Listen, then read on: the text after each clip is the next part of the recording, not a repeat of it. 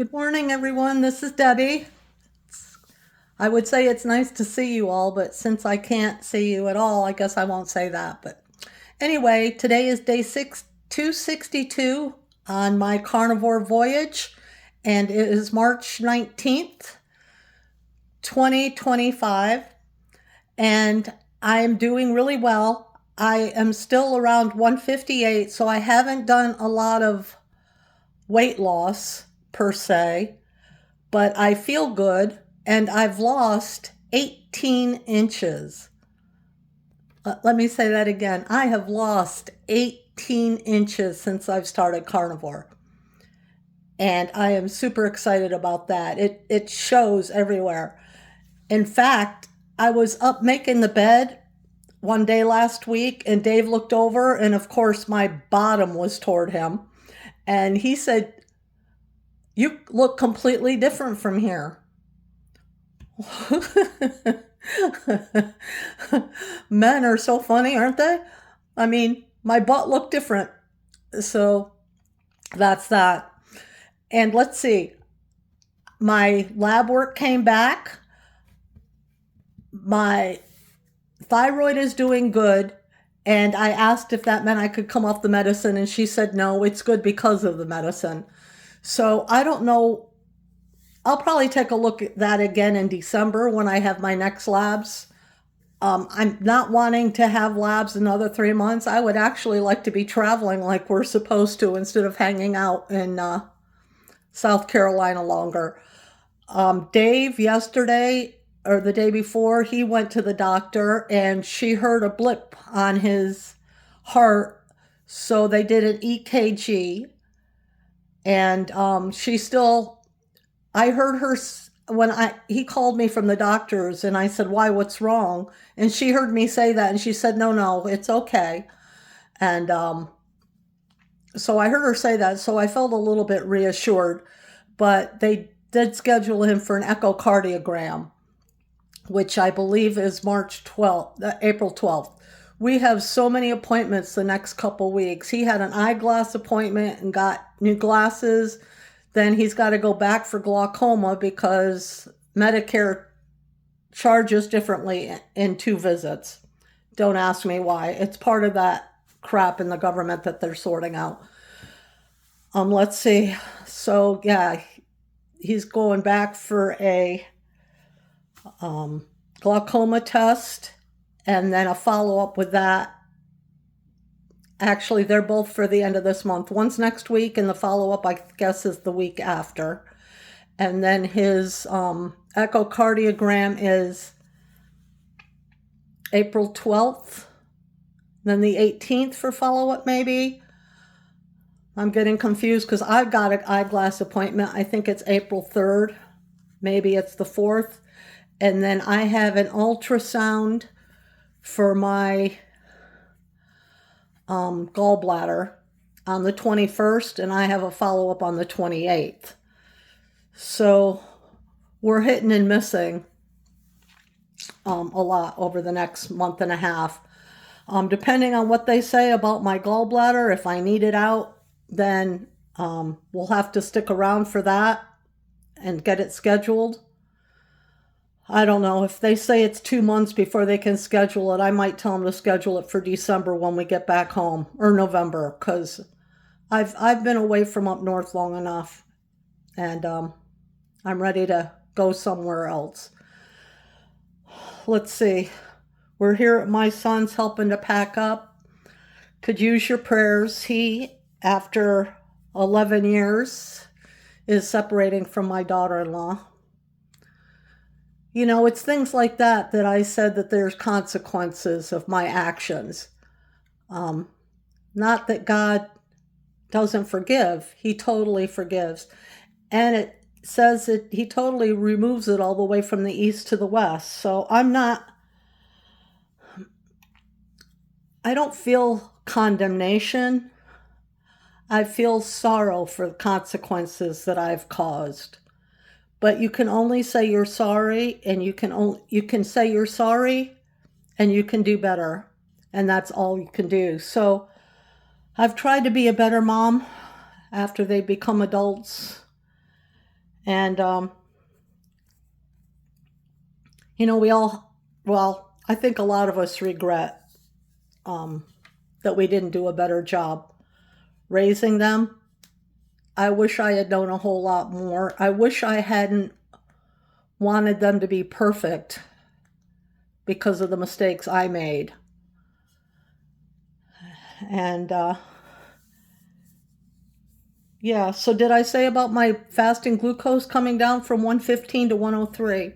So that's really good. Oh, and let me say this again. I've lost 18 inches, like 5 inches off my waist. I really like that. I can fit in smaller jeans. I really like that. And I do feel better, but I'm still hanging around 158, 159 because I got to tell you, you watch Steak and Butter Gal, and, she shows you all these recipes, but most of them have cheese and dairy. And I don't, there's a fine line to me about feeling good and looking good and enjoying cheese once in a while. So I don't think I'm going to totally give up cheese, but I think I'm going to limit it. And it's not even really like cheeses that I'm eating, but I do like cream cheese. I found some really good recipes with cream cheese in it. And yeah, so that's that. I'm going to experiment with it for a while. I'm also having some yogurt. Um, I like having a little bit of something in the evening, but I'll see where it goes. Maybe I'll just give up stuff for a few weeks or a month and see if I drop more. Um, 158 is great. I'd rather be 138. If you asked, how much further I've got to go, I would still say I'd still like to lose another 20 pounds. And in reality, since I started carnivore, I've really only lost 20. But after the doctor told me last year sometime, or the year before, to just do meat, eggs, and cheese, I guess I had kind of started carnivore before that and lost 20, not knowing. And I was eating cheese then too, because I was having a lot of those chaffles, which is, the eggs and cheese. So I don't know. I'm kind of in limbo right now. I like the way I feel. Maybe 158 isn't so bad if I'm getting more healthy. As far as the labs, of course, my LDL went up.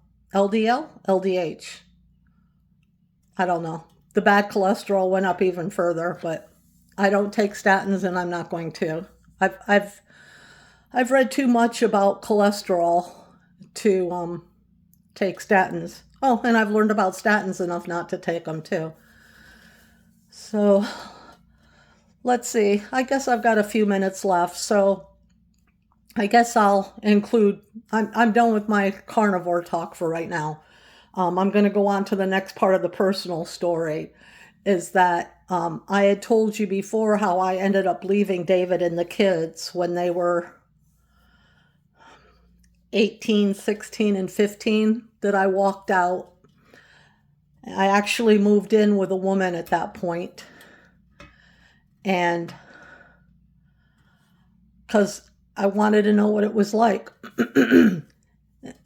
And like I said before, I'm not judging anybody else at all. I just know what's right for me and what I believe. And I can only go by my truth. But my truth is that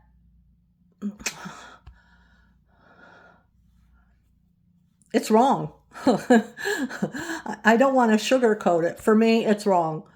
And so then, because I moved out and I was feeling guilty, that I started drinking. I even started smoking before I moved out. I was mad at God, was mad at my husband, mad at my kids, mad at the world, basically. And it's really funny because people who were closest to me have told me that I even walked different. I carried myself different.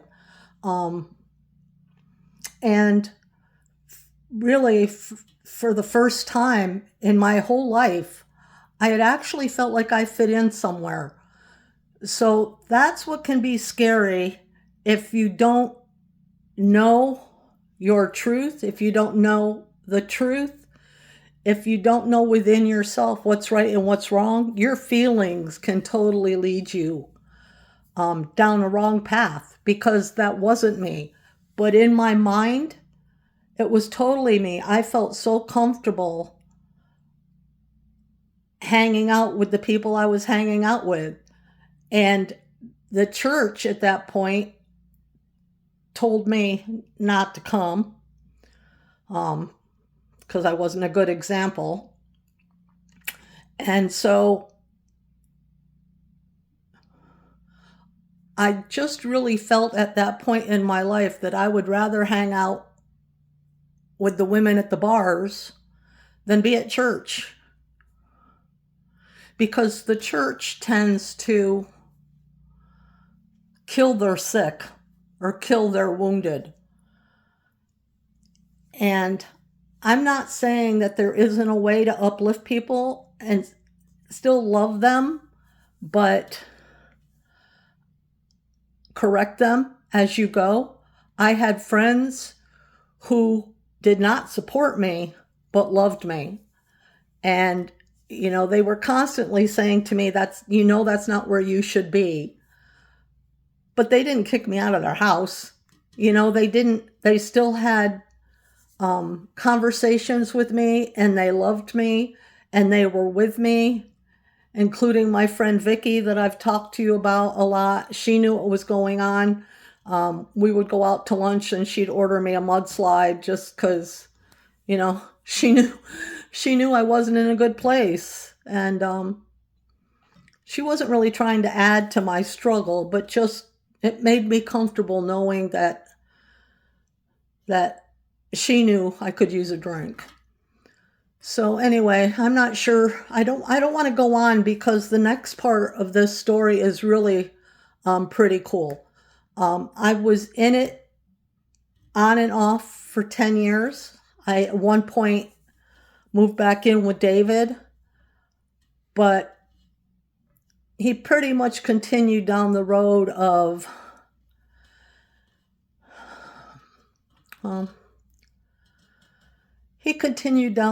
not showing me attention. It was just kind of like he is who he is, and that's who he is. And I'm just one who really likes affirmation. Is my love language is affirmation, and his is acts of service. So I really had to start at some point looking at that he's showing me love because he would do absolutely anything for me. But he's never going to give me a word of affirmation. I was just going to have to learn that that's not who he is. And yeah. So anyway, I traveled down this road for on and off for 10 years. I went back once, maybe I went back twice, and then I would wander back over to the computer and meet someone new. And it progressively got worse and worse. And yeah, I'll do the good part tomorrow. So anyway, I've missed talking to all of you guys. I'm sorry it's so few and far between doctor's appointments, me still not feeling well. It's not a UTI. The culture came back, nothing grew. So they don't know what it is. It's gotten better. So I was putting an antifungal cream to see if it would help, and it actually did. But since they made an appointment for me on Thursday, I quit doing it because I don't know how they can tell what it is if it's all better. So anyway, that continues, and now I've gone on for 15 minutes. I am so sorry. I'm sure you guys all have better stuff to do than listen to me rant on. So, I know. I wanted to tell you something I learned yesterday. Bear with me one more minute. I learned an analogy about hope yesterday, and it really spoke to me in a spiritual way and in a funny way. Picture Picture the lobsters, if you will, in a fish tank on the Titanic. How little hope, like, I know, okay, I know it's lobsters, but I'm thinking how little hope did those lobsters had? Or even how much hope did anybody have for those lobsters that were in the lobster tank on the Titanic? But they were set free. And I'll close with that. Talk to you all again soon. Bye.